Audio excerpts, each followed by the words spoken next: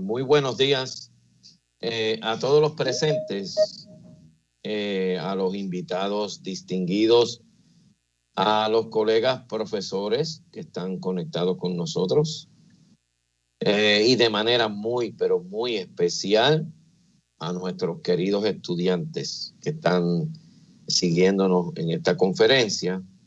Bienvenidos al seminario Utilizando la Paleogenómica para trazar la historia poblacional de Puerto Rico, el cual es producto del esfuerzo del Comité de Seminario del Departamento de Ciencias Biológicas, liderado por el colega doctor Gerardo Arroyo Cruzado. En el día de hoy, el Departamento de Ciencias Biológicas hace historia, presentando a través de la doctora María A. Nieves Colón un tema interdisciplinario y de amplio interés para toda la comunidad universitaria y el público general, y de eso tengo constancia porque me llamaron muchas personas fuera de la universidad, inclusive de la Universidad Autónoma de Santo Domingo, que estarían conectándose también a la conferencia de hoy. Y hablando de la educación en el sentido amplio de la generalidad, es un placer para mí ceder la palabra a nuestro querido decano, el doctor Carlos Sánchez Zambrana, para que a nombre de la Facultad de Estudios Generales les dé un mensaje de bienvenida. Gracias por estar presente, decano Sánchez Zambrana. Entonces la audiencia es suya. Muchísimas gracias. ¿Se me escucha?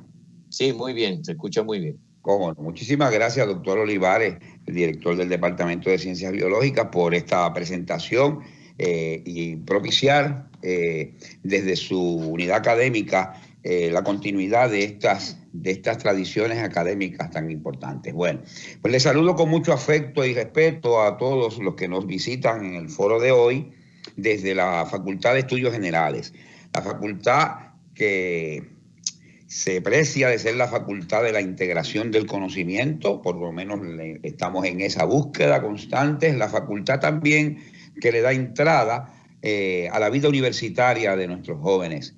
Es la facultad que me honro en ser decano junto a los colegas que me acompañan en este proyecto. En la mañana de hoy, ciertamente un día histórico, usted lo dijo muy bien, doctor Olivares, y es un día histórico en el sentido de que conmemoramos, como bien lo trabaja la presentación de esta actividad, conmemora una efeméride muy importante, la vida y obra de uno de nuestros grandes educadores en el aspecto cultural, antropológico, histórico, don Ricardo Alegría.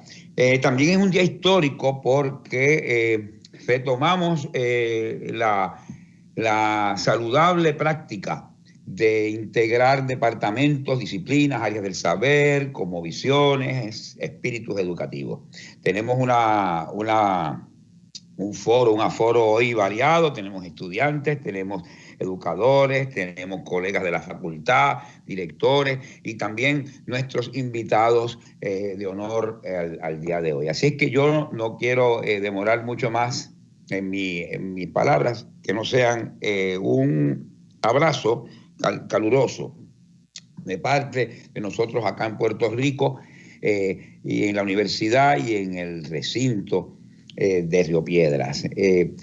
Veo con mucho júbilo que estuve buscando algunas, que el departamento esto no es una actividad aislada, es una actividad que se enhebra en una tradición de seminarios, de discusiones, en donde el Departamento de Ciencias Biológicas ha mostrado una vitalidad, y felicito en este aspecto a Gerardo, mi querido amigo y colega de varios proyectos.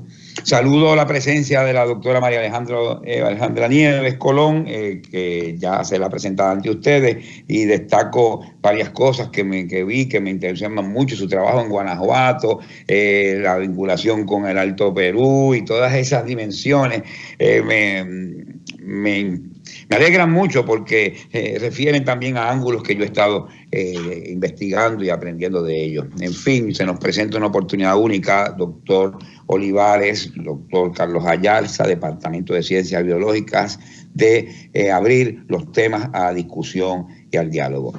Sin otro particular en este momento, me sumo a la audiencia para estar atentos y disfrutarme esto que me traen hoy, día 14 de abril, donde se conmemora la obra de un gran antropólogo y pensador puertorriqueño que tanto estudió el Caribe antiguo y a quien le debemos la valoración de muchos de sus vestigios y de sus legados.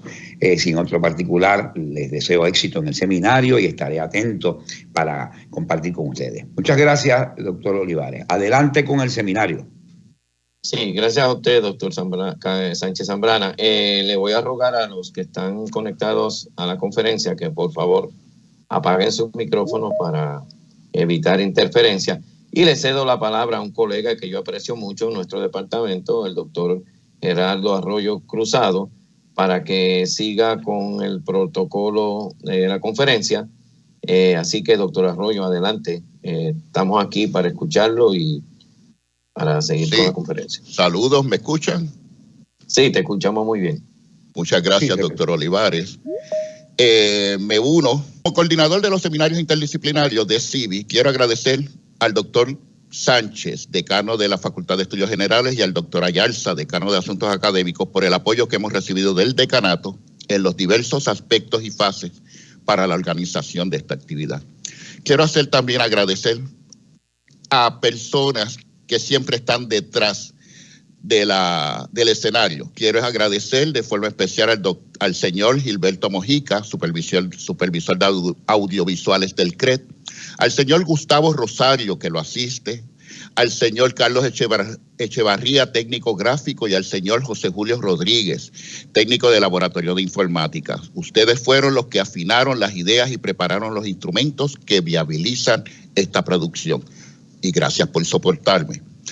Nuestro agradecimiento también a todos los miembros de la Asociación Estudiantil de Ciencias Forenses por ese apoyo y colaboración en todos estos seminarios que hemos organizado en CIVI.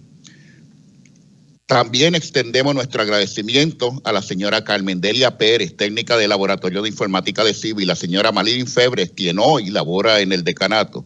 Siempre les recuerdo en la mesa de registro y apoyándonos en las diferentes fases de estas actividades. Luego de la 9ª conferencia Ciencia, Ambiente y Sociedad que dedicamos al quehacer de las ciencias forenses en y para Puerto Rico, ya por allá en abril del 2018, se nos ocurrió en CIVI organizar unos seminarios interdisciplinarios abiertos a nuestra población universitaria. Por la cercanía a los 500 años de la Fundación de San Juan, pensamos que debíamos ir más allá, a esos pobladores precolombinos de Boriquén.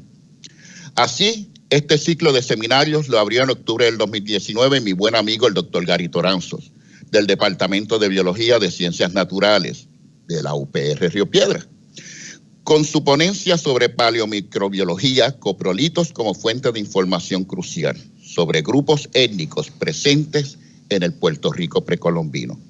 Hoy lo tenemos como invitado entre nosotros. Gracias, Cari. Luego tuvimos a la doctora Luz Verónica Muñoz, del Departamento de Sociología y Antropología de la Facultad de Ciencias Sociales, también de nosotros, de la UPR Río Piedras, con su conferencia Muerte en el Puerto Rico Antiguo, relevancia de la bioarqueología para conocer las poblaciones del pasado.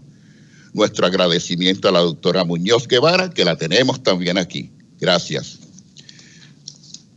Hemos tardado un poco por las razones que todos conocemos para cerrar este ciclo de conferencias, pero qué mejor día pudimos escoger, ¿verdad?, para tenerlo. Paso a presentar nuestra ponente de hoy. Y digo nuestra literalmente, pues al extenderle la invitación, su contestación fue, y cito, me honra muchísimo recibir esta invitación de parte de la UPR Río Piedras, pues es mi alma mater. Claro que sí, me encantaría participar de los seminarios del Departamento de Ciencias Biológicas. Doctora Nieves, el honor y el privilegio es nuestro al tenerle como ponente hoy en este día especial para nuestra cultura y nuestra historia. La doctora María Alejandra Nieves Colón obtuvo su bachillerato en Antropología e Historia de las Américas en la UPR Río Piedras. En 2012 recibe su grado de maestría en antropología de la Arizona State University en Tempe y su doctorado en 2017 en la mencionada institución. Trabajó como postdoctoral becada por la National Science Foundation y laboró como investigadora afiliada de la Escuela de Evolución Humana y Cambio Social de la Arizona State University. Se desempeñó también como científica senior en Astrea Forensics de Claret Bioscience en Santa Cruz, y esto es una organización que se dedica a trabajar con tecnologías y procedimientos propios de ADN antiguo para resolver casos forenses y resolver casos fríos, casos forenses difíciles. Actualmente se desempeña como Assistant Professor en University of Minnesota Twin Cities de Minneapolis o en Minneapolis. Es autora y coautora de diversos artículos en revistas arbitradas tales como Science, Nature Communication, Molecular Biology and Evolution, American Journal of Physical Anthropology y en Human Biology. Tiene actualmente titulado Anthropological Genetic Insights on Caribbean Population History, esto en Evolutionary Anthropology, y otro titulado Paleogenómica y Bioarqueología en Cuicuilco, revista de Ciencias Antropológicas. Ambos artículos se les solicitaron por invitación. Es coautora de 3 capítulos de libros relacionados a temas de la paleogenómica y ha presentado sus trabajos en diversos congresos y foros en Estados Unidos, México, Perú y por supuesto Puerto Rico. Su investigación es auspiciada por fondos externos, principalmente por la National Science Foundation, y fondos internos de la institución en la que labora.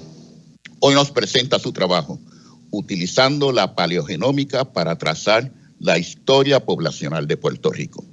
Doctora Nieves Colón, le dejo con su audiencia. Gracias. Muy bien. Buenos días, muchas gracias. ¿Me escuchan bien? Se oye muy bien, doctora. Perfecto. Voy a compartir pantalla y me dicen si se ve bien. Por si acaso. Vamos a ver. Ok. Sí, se ve bien. Perfecto. Bueno, pues buenos días. Muchas gracias por invitarme. Qué pena que no nos podemos ver en persona. Bueno, primero porque aquí está nevando. Y segundo porque, como bien dijeron los colegas, pues yo soy egresada de la UPI.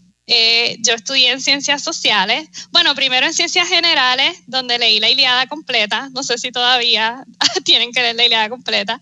Y luego en Ciencias Sociales. Entonces, para mí es, pero de sobremanera especial, poder estar compartiendo con ustedes aquí, con ex profesores, con colegas, y más que nada con los estudiantes, que son, bueno, los que yo espero van a seguir liderando este campo y investigando sobre nuestro pasado y haciendo preguntas nuevas que a nosotros ni se nos han ocurrido todavía. Así que qué bueno que están aquí. Bueno, para comenzar, quiero hablarles un poco sobre qué es lo que hace mi programa de investigación.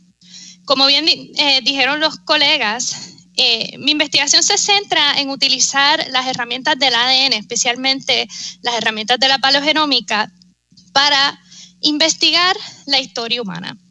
Pero lejos de solamente utilizar el ADN, mis investigaciones tratan de integrar el estudio del ADN con otras líneas de evidencia, con otros modos de conocer el pasado, como son, por ejemplo, los documentos históricos, el récord arqueológico, inclusive a veces hasta la etnografía y la historia oral, para reconstruir el impacto de eventos que ocurrieron en el pasado sobre la cultura, la biología y a veces hasta la salud de las comunidades humanas, y especialmente las comunidades del Caribe. Y para ilustrar un poco la importancia de tener un enfoque que es integral, que es integrativo, voy a usar este ejemplo. Si nosotros nos enfocásemos solamente en el récord histórico, en el récord documental, como son los escritos, pero también esta pintura es un récord documental, y tratáramos de entender este evento, el primer momento en el que los europeos llegaron a América, nos estaríamos enfocando en el centro de esta imagen, en los colonizadores europeos que llegaron. Y nos correríamos el riesgo de ignorar a los otros protagonistas de este evento, que son claramente las comunidades indígenas que estaban presentes en el Caribe en el momento del contacto y cuyas vidas se vieron transformadas, pero súper dramáticamente, por este evento y cuyos descendientes continuamos todos viviendo con las ramificaciones de este momento. Pero si integramos otras herramientas para conocer el pasado, otros modos de conocimiento como son el ADN antiguo, la arqueología y, por ejemplo, la historia oral, podemos comenzar a reconstruir las experiencias de estas comunidades que son marginadas o subrepresentadas en el registro documental que es claramente mayormente escrito por los colonizadores. Entonces, esto es el punto o el norte de mi trabajo de investigación, es tratar de utilizar el ADN como una herramienta de conocimiento más que se integra a todos los otros modos en los que conocemos nuestro pasado. Y bueno, mi interés primordial es en utilizar estas herramientas para entender la historia poblacional del Caribe y de Puerto Rico.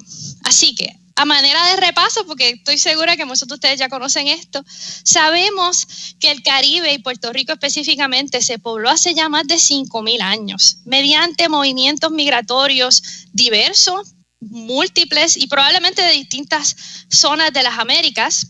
Espero que puedan ver el cursor, si no lo pueden ver me avisan.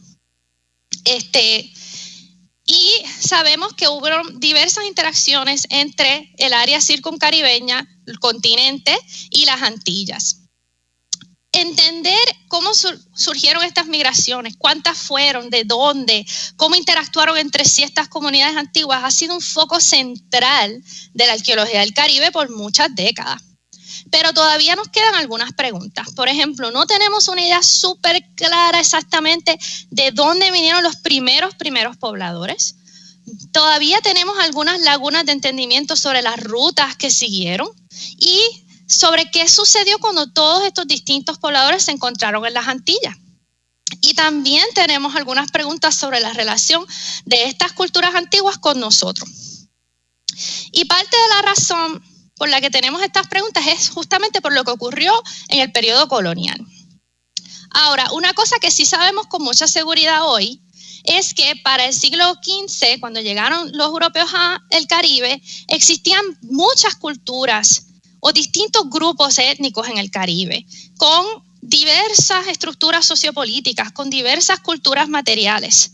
Y esto se traduce también en una diversidad genética. Esa es otra pregunta que estamos empezando a investigar ahora.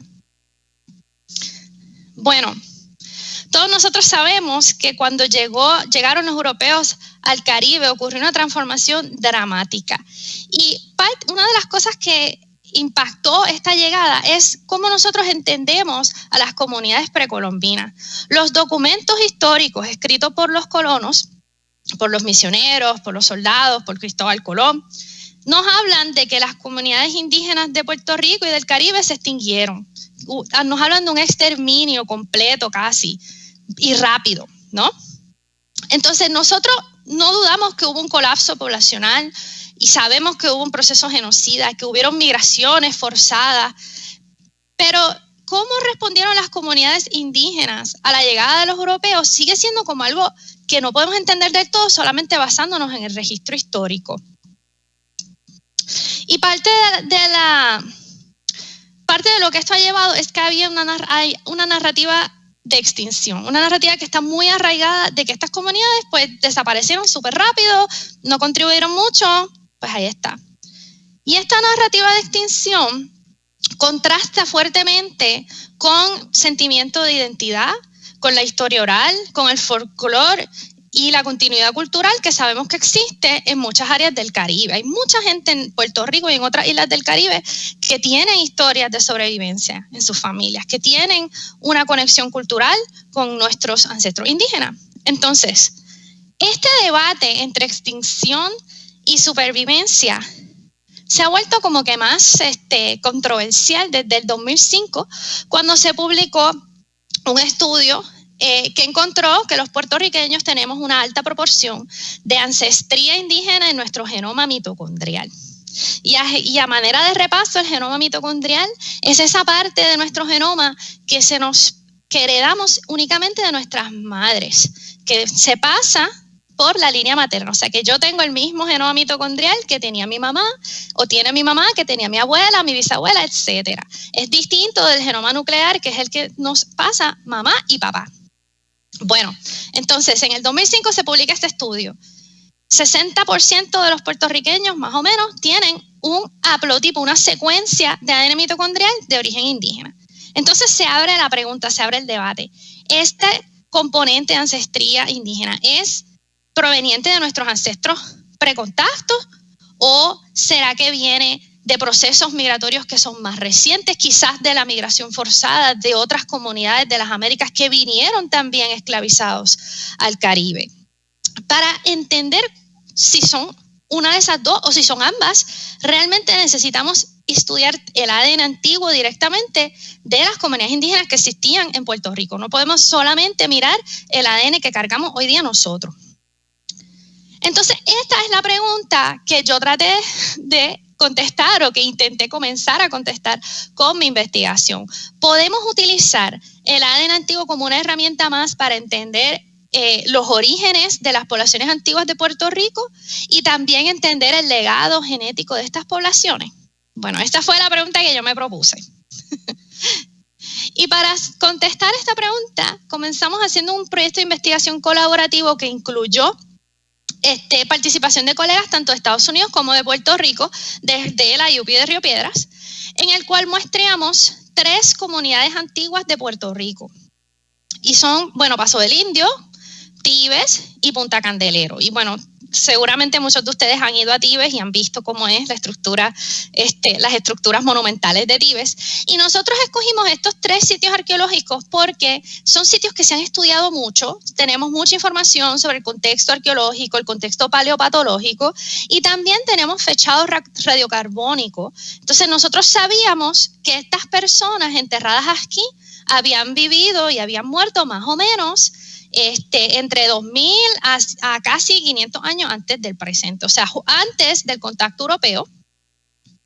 Y nuestro muestreo se enfocó en restos humanos óseos, o sea, huesos o dientes. Bueno, una vez completado ese muestreo, las muestras óseas se transportaron al laboratorio de ADN antiguo, donde se procesaron.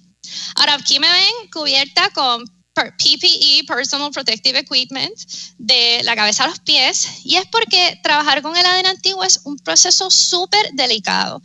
El ADN antiguo es muy frágil. Cuando nosotros morimos, las células ya no están protegiendo nada del componente genético, sino que se están degradando, se están descomponiendo. Entonces, el ADN antiguo es muy susceptible a la contaminación por las células saludables y completas que están en nuestro cuerpo.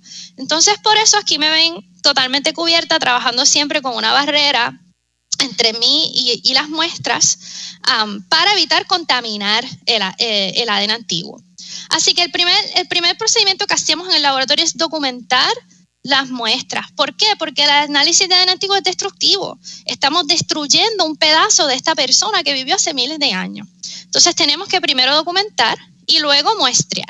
Nosotros, como mencioné, trabajamos con hueso, trabajamos con dientes y también trabajamos con el cálculo dental, que como pueden ver aquí, es ese sarro que se acumula en los dientes cuando uno no se lava los dientes. Y ese sarro es bien chévere porque acumula la saliva, acumula sangre, acumula elementos de la dieta, entonces podemos extraer mucha información de ese sarro dental. Y bueno, se fosiliza en vida, así que si ustedes quieren pueden dejar de lavarse los dientes y entonces dejan un montón de sarro ahí para el futuro. Bien chévere, es bien útil. Bueno, entonces, además del problema de la contaminación, el segundo reto que nosotros encontramos con este trabajo es que el calorcito del trópico, las condiciones bien chéveres de Puerto Rico, exacerban el daño inherente de la descomposición y el daño al ADN. Entonces, la precipitación, la humedad, el calor, el sol, todo eso acelera la degradación del ADN antiguo. Entonces, mientras tenemos ADN de neandertales de hace 400.000 años atrás, en el Caribe es bien difícil recuperar suficiente ADN, inclusive de una muestra que puede tener 500 o 600 años. Y es por esto que tenemos que utilizar métodos de secuenciación masiva y métodos de captura o enriquecimiento. ¿Qué quiero decir con eso?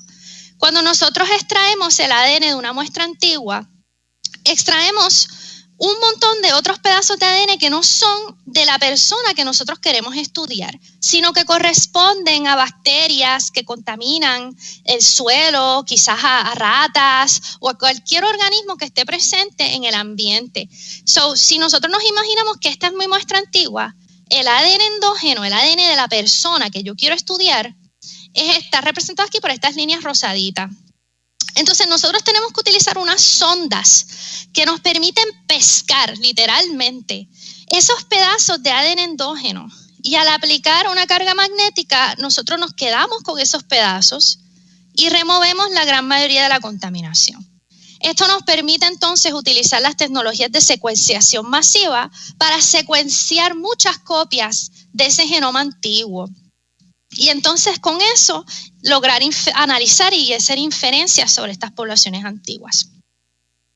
Bueno, en nuestro caso nosotros hicimos 2 capturas. La primera fue para capturar el ADN mitocondrial, ese ADN que nos pasan nuestras madres y nuestras abuelas. Y la segunda fue para capturar el ADN nuclear o autosomal, ese ADN que nos pasa mamá y papá. ¿Y qué logramos? Bueno, de los 124 individuos que muestreamos, logramos recuperar 45 genomas mitocondriales y 2 genomas autosomales parciales, o sea, que está incompleto debido al daño y a la degradación. Esto significa que más o menos 1/3 de nuestra muestra logramos obtener suficiente ADN como para hacer un análisis. Y bueno, considerando que no sabíamos siquiera si esto iba a funcionar, dadas las malas condiciones de preservación, para mí esto fue brutal, un éxito. Bueno, entonces la primera pregunta que nosotros quisimos responder con estos datos es, ¿podemos trazar los orígenes de las poblaciones precontacto o precolombinas de Puerto Rico con esta información? Bueno, para responder eso, tenemos que hablar un poco sobre ADN mitocondrial, así que les voy a dar un repasito bien breve sobre la terminología. Todos nosotros tenemos una secuencia de ADN mitocondrial que hemos heredado de nuestras madres, que la han heredado sus abuelas y sus bisabuelas. Y todas las personas que comparten una secuencia que es heredada de un ancestro común pertenecen a un haplogrupo. Dentro de cada haplogrupo pueden haber mutaciones derivadas que les llamamos subhaplogrupos. Y así, según van evolucionando distintos linajes, hasta llegar al punto del haplotipo o la secuencia exacta que uno tiene. Yo tengo un haplotipo que es idéntico al de mi mamá. Y quizás ustedes tengan un haplotipo que es diferente al mío. Según las poblaciones humanas se han ido movilizando alrededor del mundo, han surgido nuevos haplogrupos y por tanto son más comunes en unos lugares que en otros. En las Américas vemos 5 haplogrupos característicos: el A, el B, el C, el D y el X. Pero estos haplogrupos se encuentran a distintas frecuencias en todas las Américas y tienen subhaplogrupos característicos en unas áreas que no están en otras. Por tanto, nosotros podemos utilizar el ADN mitocondrial para entender un poco más los potenciales orígenes de las poblaciones puertorriqueñas antiguas y también a qué poblaciones del continente se asemejan más o se diferencian más. Así que esto fue lo que nosotros hicimos. Comenzamos por aquí. Bueno, en nuestra muestra de Puerto Rico antiguo, que recordemos son 45 individuos de 3 sitios arqueológicos distintos, nosotros encontramos la siguiente distribución de haplogrupos mitocondriales. Vemos que tenemos 3 haplogrupos, el A, el C y el D, y varios subhaplogrupos dentro de cada uno de estos haplogrupos grandes. Y lo que quiero recalcar aquí es que vemos que la gran mayoría de los individuos antiguos de Puerto Rico tienen haplogrupo A y haplogrupo C, esa distribución. Y esa distribución es la misma que vemos hoy día entre los puertorriqueños modernos y muchos otros caribeños. Entonces, esta es una primera pista, un primer indicio de que esos patrones que nosotros vemos hoy día, pues realmente son unos patrones muy antiguos que están presentes desde, al menos desde la era cerámica. Y hablemos un poco más sobre la era cerámica un momentito. También quiero recalcar aquí que tenemos un subhaplogrupo que es mucho más común que todos los demás, que es este, el C1B2. Este linaje mitocondrial representa el 33% de nuestra muestra antigua de Puerto Rico y también es un linaje muy común hoy día entre los puertorriqueños. Nosotros sabemos por estudios previos que ya se han hecho que este linaje surgió o evolucionó por primera vez en Sudamérica hace más o menos 2000 años. Y hoy día todavía se encuentra en baja frecuencia, pero todavía se encuentra en algunas poblaciones indígenas y mestizas de Sudamérica, como son, por ejemplo, los Yanomami y los Krahos, que viven en la Amazonía, y también poblaciones mestizas de Uruguay y de Brasil. Entonces, este linaje, que es muy común en el pasado y sigue siendo muy común hoy día, tiene un origen en esta zona de la Amazonía. Pero también quiero mencionar que hay varios subhaplogrupos que vemos aquí, que son estos que están indicados con los signos de pregunta, que no sabemos de dónde son. O sea, que no se han observado en ninguna población moderna de las Américas, entonces no podemos trazar sus orígenes. Están presentes en el Puerto Rico antiguo, pero nosotros no podemos decir que se originaron en X o Y lugar porque no sabemos de dónde vienen. Y entonces esto significa pues que no podemos descartar la posibilidad de que hayan otros orígenes más allá de Sudamérica debido a la presencia de estos linajes. Entonces, brutal. Vemos que hay una conexión con Sudamérica ahí. Pero entonces, ¿a qué población de las Américas se asemeja más la población antigua de Puerto Rico? Para contestar eso tenemos que hacer un análisis comparativo. Así que aquí les estoy presentando un análisis que se llama el escalamiento multidimensional, que es una forma muy fancy de decir que es básicamente un mapa de distancia genética. Aquí voy a acercar un poco la imagen. Vemos que hay varios puntos. El punto rojo representa la población precontacto de Puerto Rico, población antigua. Y los otros puntos representan 47 poblaciones modernas de todas las Américas que nosotros muestreamos del registro de la literatura, o sea, datos que ya están publicados. Entonces, este gráfico nos representa las distancias genéticas entre poblaciones. Es como si fuera un mapa, simplemente distancia genética en vez de geográfica. Y lo que vemos es que Puerto Rico antiguo se acerca a poblaciones que están aquí denominadas en azul, que son poblaciones que hoy día viven en la Amazonía. Y tenemos, por ejemplo... Buenos días, ¿me escuchan? Sí, gracias. Sí, sí. Saludos a todos y todas, en especial a la ponente, ¿verdad?, por esa charla tan interesante e interdisciplinaria y demostrar que la juventud pues puede aportar también a nuestro Puerto Rico. A todos los miembros del departamento por este seminario tan interesante, en especial al doctor Gerardo Arroyo, ¿verdad?, que es el artífice principal, coordinador de esta actividad. Mi pregunta va en la siguiente línea. Usted mencionó que estos estudios pueden tener implicaciones para la cultura, la historia, antropología y también para la salud. Yo quería que me abundara un poco más en ese aspecto porque ahora mismo estamos, ¿verdad?, muchos de los profesores en los temas de genética con nuestros cursos básicos de ciencia y hablamos de condiciones humanas, ¿verdad?, hereditarias, y que usted pudiera abundar en eso si es que se puede hacer un trazado de ciertas condiciones genéticas que persisten ahora en el presente de nuestra población y que puedan relacionarse con nuestros ancestros. A ver qué usted me comenta sobre eso. Sí, gracias por esa pregunta. Pues mire, yo no creo que ahora mismo tengamos suficientes datos como para poder decir, X condición genética existía entre nuestros ancestros indígenas y existe hoy. Eso todavía necesita un poco más de datos. Pero lo que sí podemos ver es que los patrones de migración que ocurrieron en el pasado tienen una injerencia en la diversidad biológica y genética de las poblaciones hoy.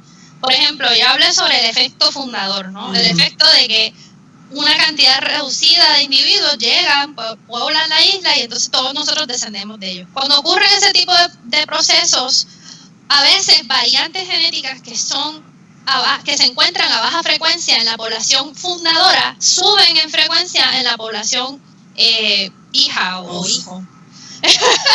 Entonces, por ejemplo, nosotros tenemos evidencia de que básicamente todos nosotros descendemos de como 5 hombres españoles que vinieron y poblaron la isla con sus prácticas no muy equitativas de reproducción, ¿verdad? Entonces, eso indica que el componente europeo de ancestría de los puertorriqueños y de los caribeños en general desciende de una población fundadora muy pequeña. Cualquier variante genética que esos 5 o 6 europeos, obviamente son más de 5 o 6, lo estoy diciendo como un ejemplo, sube en frecuencia en las poblaciones del Caribe en relación a poblaciones europeas que hoy día están en Europa, en Alemania, en España. Y si hay alguna de esas variantes que puede ser patogénica o que puede llevar a enfermedad o a incrementar la propensidad de enfermedad, va a estar elevada en poblaciones del Caribe versus en poblaciones de Iberia, de Portugal, Italia, por ejemplo. Pensamos que algo similar podría ocurrir con nuestros ancestros indígenas o africanos, pero la verdad es que necesitamos investigar más, porque solamente en el 2020 es que venimos a tener datos genéticos de nuestros ancestros indígenas. Entonces, eso todavía nos falta un poco de datos, pero definitivamente esa historia poblacional puede impactar nuestra propensidad a desarrollar enfermedades. Claro está que las enfermedades son biológicas y sociales, ¿no? Y que hay condiciones del ambiente y de la interacción social que nos llevan a ellas, pero claramente sí. Gracias por esa pregunta. Muchas gracias por su contestación. Doctor Toranzo. Hola, buen día. Muchísimas gracias por la presentación. Me encantó. Pero quisiera que te metas al chat para que leas un comentario que tengo ahí, porque es demasiado largo para explicarlo. Y me gustaría discutir un poquitito sobre esto. No tengo acceso al chat, Gary. A la pucha. Ok, pues voy a tener que leértela entonces. Okay. Lo que digo ahí es que necesitamos más datos para determinar con más seguridad las fuentes de estos haplotipos. Las mismas etnias sudamericanas no son homogéneas y no lo han sido. Y lamentablemente muchos grupos que son minoritarios y entre comillas no importantes ahora, hace unos 2.000 o 3.000 años, eran mucho más numerosas, eran mucho más importantes. Y seguramente al enfocarnos en los grupos que nosotros, por razones obvias, asumo yo, son importantes en este momento, no lo eran en el momento de las migraciones. Sí, eso es un muy buen punto. De hecho, nosotros tenemos un muy pobre muestreo de la diversidad genética antigua de Sudamérica y Mesoamérica y Centroamérica, honestamente. O sea, no hay suficientes datos de esas regiones para poder hacer comparaciones más robustas. Entonces, eso es claramente una dirección para investigaciones futuras. Sí, totalmente. De acuerdo. Ok, y la próxima pregunta era mucho más específica también. Es que yo creo que we are selling ourselves short cuando pensamos de migraciones que son en una sola dirección. Ahora mismo se ha visto en varios lugares alrededor del mundo, en algunas publicaciones que han salido en los últimos 3-4 años, que ha habido un intercambio comercial muy activo y lamentablemente por razones etnocéntricas o eurocéntricas más que otra cosa. Bueno, los indios no hacían nada acá, los indios no llevaban a cabo el comercio normal como se hace ahora. Y un par de cositas que nosotros encontramos en los alimentos, en el DNA de los coprolitos, era uno, y lamentablemente con tan poquitito no podemos convencer a nadie. Encontramos ADN de salmón y encontramos ADN de simios. Ninguno de los dos está presente en Puerto Rico. Y la única explicación, más allá de decir simplemente estamos equivocados y se acabó, seguramente tú te comiste un mono el día anterior y es contaminado el coprolito, es que el salmón ha sido consumido por miles de años por los Inuit y se preservaba por medio de la smoking. Por el otro lado, en lo que se refiere a la carne de mono, se convertía en charque, que es lo que se dice el jerky ahora, que también era una forma de preservar esos alimentos. O sea que, a pesar de que son tan poquititos los datos, yo creo que tenemos que estar abiertos a esta idea de que había un comercio activo en aquel entonces.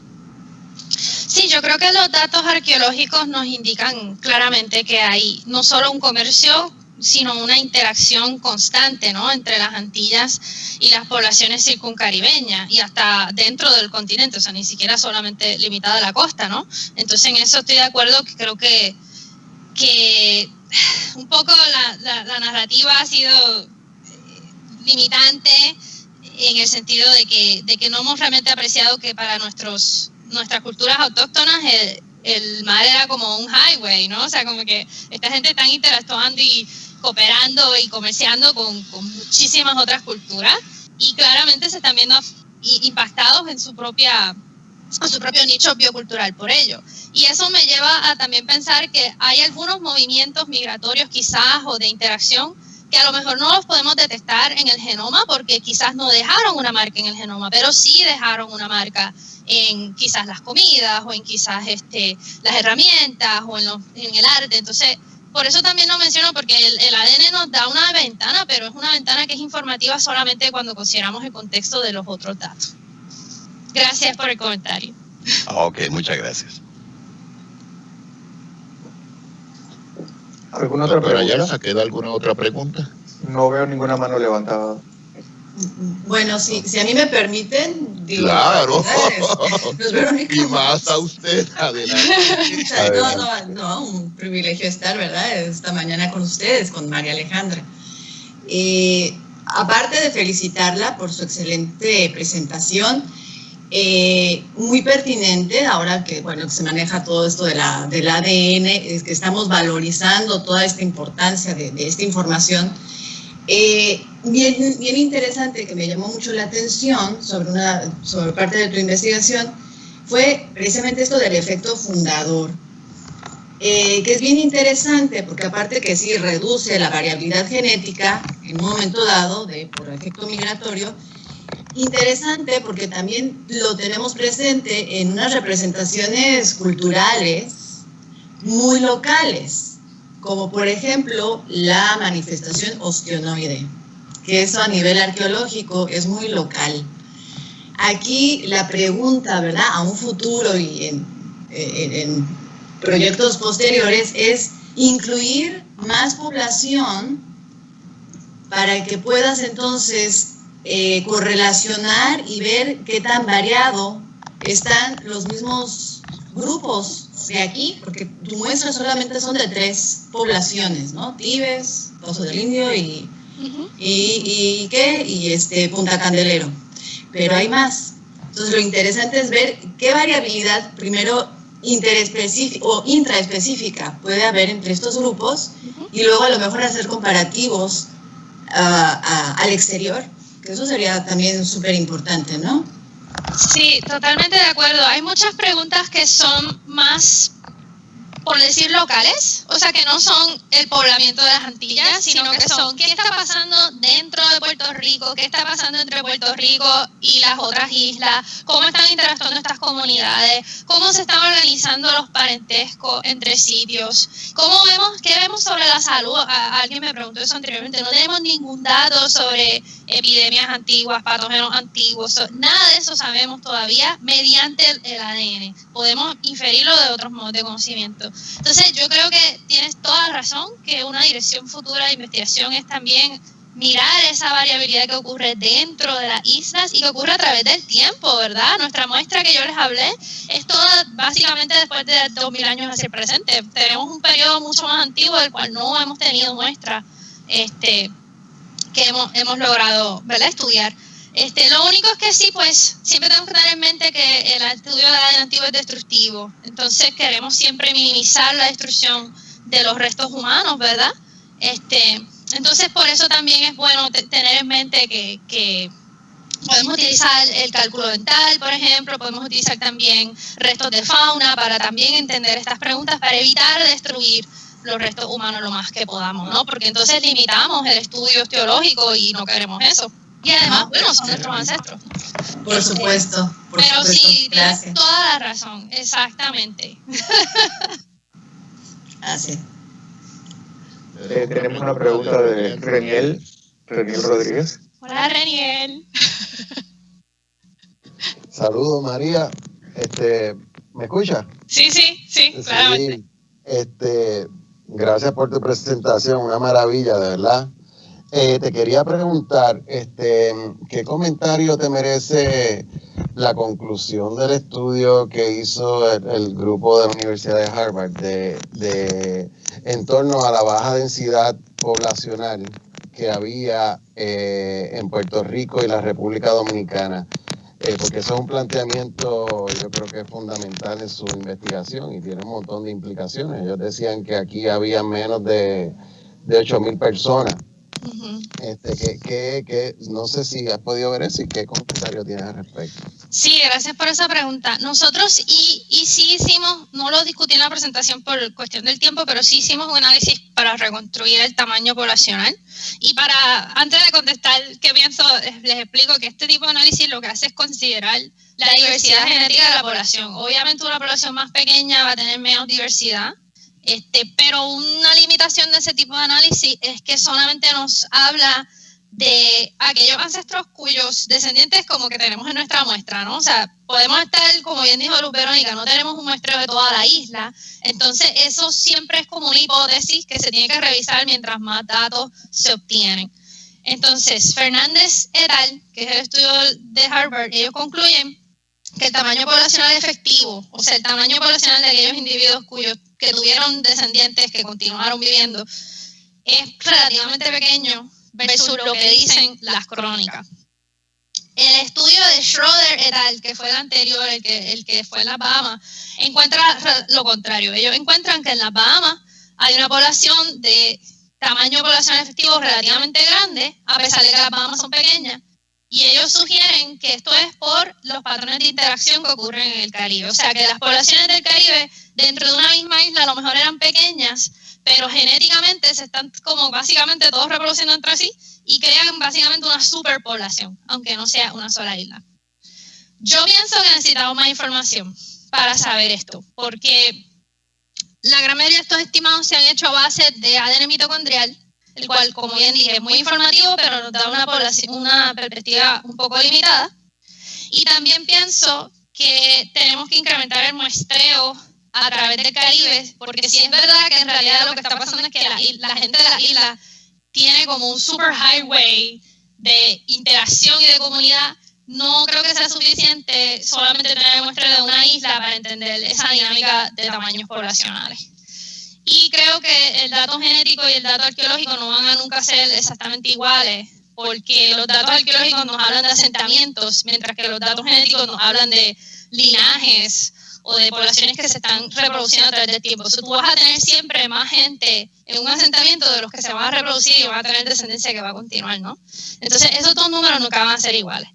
Y obviamente sabemos que Bartolomé de las Casas y muchos otros cronistas, pues, eran un poquito...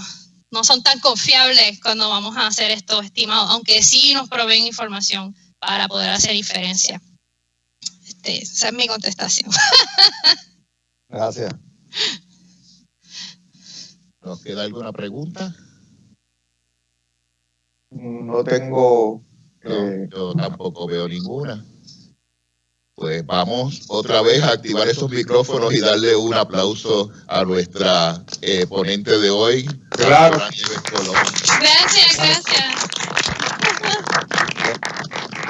Doctora, en estudios generales tiene su casa. Ay, muchas por gracias. acá más en el calor que allá en ese frío, ya sabe que allí estamos a sus órdenes y también estamos a sus órdenes para cualquier tipo de consulta. Estamos en un departamento donde tenemos gente que son de sociales, de humanidades. También ya tenemos a nuestros dos invitados, los cuales usted conoce, a don Gary, a doña Luz Verónica, así que estamos siempre a sus órdenes. Y mil gracias. Mis estudiantes están agradecidos porque estamos discutiendo, estamos precisamente en la unidad de lo que llamamos antropología molecular, así que ahora están al día de lo que está pasando. Bueno, muchas gracias. Y a los estudiantes, si tienen alguna pregunta, algún comentario y quieren saber más, ya saben, tienen mi comunicación de contacto y bueno, muchas gracias por la invitación. Muchas gracias a todos. Muchas que nos gracias a ti. acompañaron hoy y nos vemos en la próxima. Sí. Sí. Bye. Bye. Gracias a todos por su presencia.